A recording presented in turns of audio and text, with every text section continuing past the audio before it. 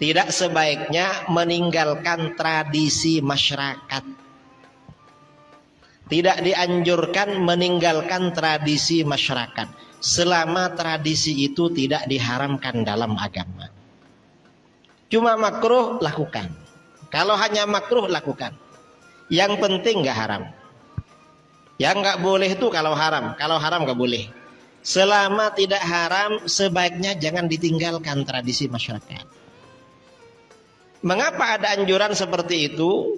Kata pepatah Arab, ini bukan kitab yang tadi. Tarkul adah adawah. Meninggalkan tradisi itu menimbulkan permusuhan. Kalau gak beda dengan, kalau orang itu beda dengan masyarakat setempat, dimusuhi sama orang. Orang gak suka. Kata Imam Asy-Syafi'i, tarkul adah dzambun la yughfar. Meninggalkan tradisi dianggap dosa yang tidak diampuni oleh masyarakat. Ya padahal gak dosa, tapi gak dianjurkan. Nah, mengapa begitu? Ini Imam Ibnu Muflih ini mengutip dari Ibnu Aqil dalam Al-Fun. Qala Ibnu Aqil fil Fun. La yanbaghil khuruj min adatin nas illa fil haram. Mengapa? Fa inna Rasulullah sallallahu alaihi wasallam tarakal Ka'bah wa qala laula hitsanu qaumiki bil jahiliyah. Karena Rasulullah SAW membiarkan Ka'bah.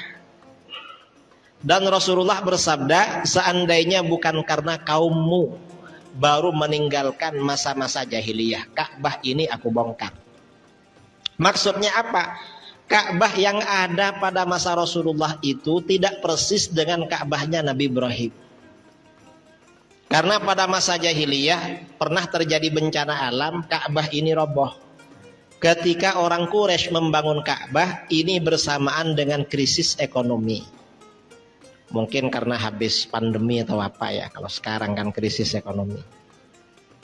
Krisis ekonomi karena gak mampu, Ka'bah dibangun lebih kecil. Akhirnya apa? Setelah Rasulullah SAW menguasai Mekah, Rasulullah pernah ditanya oleh Aisyah, kenapa nggak dibongkar aja, lalu bangun seperti Ka'bahnya Nabi Ibrahim? Apa kata Rasulullah? Coba kaummu tidak baru meninggalkan masa-masa jahiliyah, aku bongkar. Tapi berhubung orang-orang Mekah ini baru masuk Islam, dan mereka yakin kalau Ka'bah ini dari Nabi Ibrahim. Kalau dibongkar malah mereka nanti protes. Oleh Rasulullah dibiarkan. Ini Rasulullah ini meninggalkan Ka'bah. Nah, kemudian pada tahun 65 Hijriah, setelah Yazid bin Muawiyah meninggal dunia, yang menjadi khalifah Abdullah bin Zubair. Abdullah bin Zubair ini membongkar Ka'bah. Lalu Ka'bah dibangun seperti bentuknya lebih besar yang dibangun oleh Nabi Ibrahim. Karena Abdullah bin Zubair mendapat informasi dari bibinya Siti Aisyah radhiyallahu anha. Cuman Abdullah bin Zubair ini menjadi khalifah tidak kondusif karena perang dengan Bani Umayyah. Perang selama 8 tahun, lalu kalah perang, diganti oleh khalifah yang baru Abdul Malik bin Marwan bin Al-Hakam. Abdul Malik ini dari Bani Umayyah, lawan politik.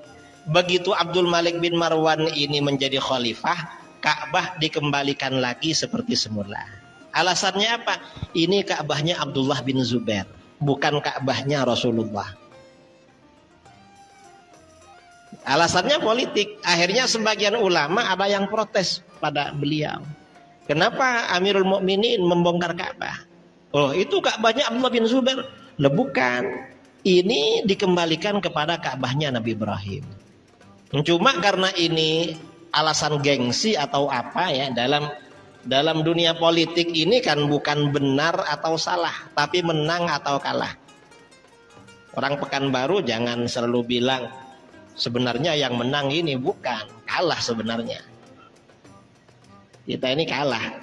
Walaupun banyak pendukung, kalah hitungan ya kalah juga, karena dunia politik ini bukan seperti orang berdebat atau nulis kitab, bukan seperti itu.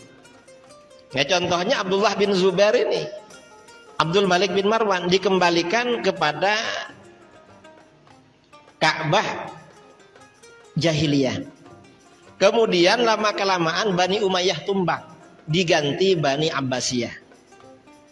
Pada masa Khalifah Harun ar-Rasyid al-Abbasi, Ka'bah ini mau dibongkar lagi, dikembalikan kepada Ka'bahnya Abdullah bin Zubair. Karena Ka'bah yang ada ini Ka'bahnya Bani Umayyah.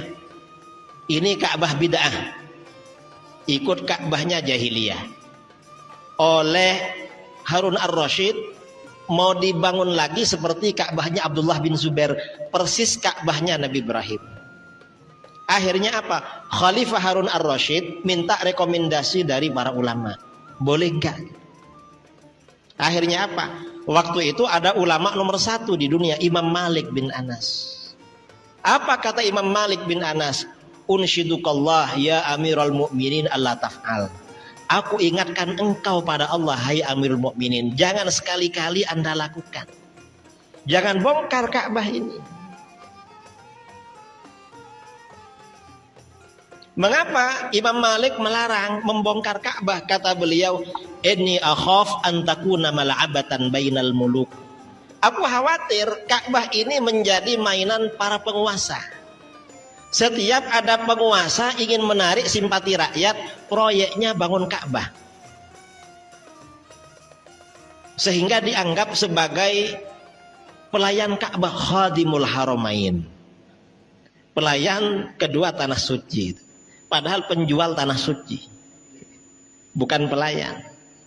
Jadi khawatir dijadikan proyek Ka'bah ini, kata Imam Malik. Fatazula haibatuhu min qulubin nas. Akibatnya Ka'bah ini kehilangan wibawa dari hati masyarakat. Akhirnya Khalifah Harun ar-Rasyid gak berani. Karena Imam Malik ini masmu'ul kalimah, didengar ucapannya oleh dunia Islam waktu itu. Didengar, takut. Ini penguasa dulu takut sama ulama. Kalau sekarang ini ulamanya yang takut pada penguasa. Nah, ini artinya apa? Ka'bah aja yang ada sampai sekarang itu Ka'bah tradisi, saudara. Ka'bah jahiliyah, bukan Ka'bah yang sunnah. Bukan Ka'bahnya Nabi Ibrahim ya, yang asli, yang Rasulullah gak berani merubah. Ini Ka'bah. Dari sini kata para ulama ya, para ulama, tradisi itu jangan ditinggalkan selama tidak haram. Kalau haram ditinggalkan. Nah, di masyarakat Nusantara ini banyak budaya, banyak tradisi.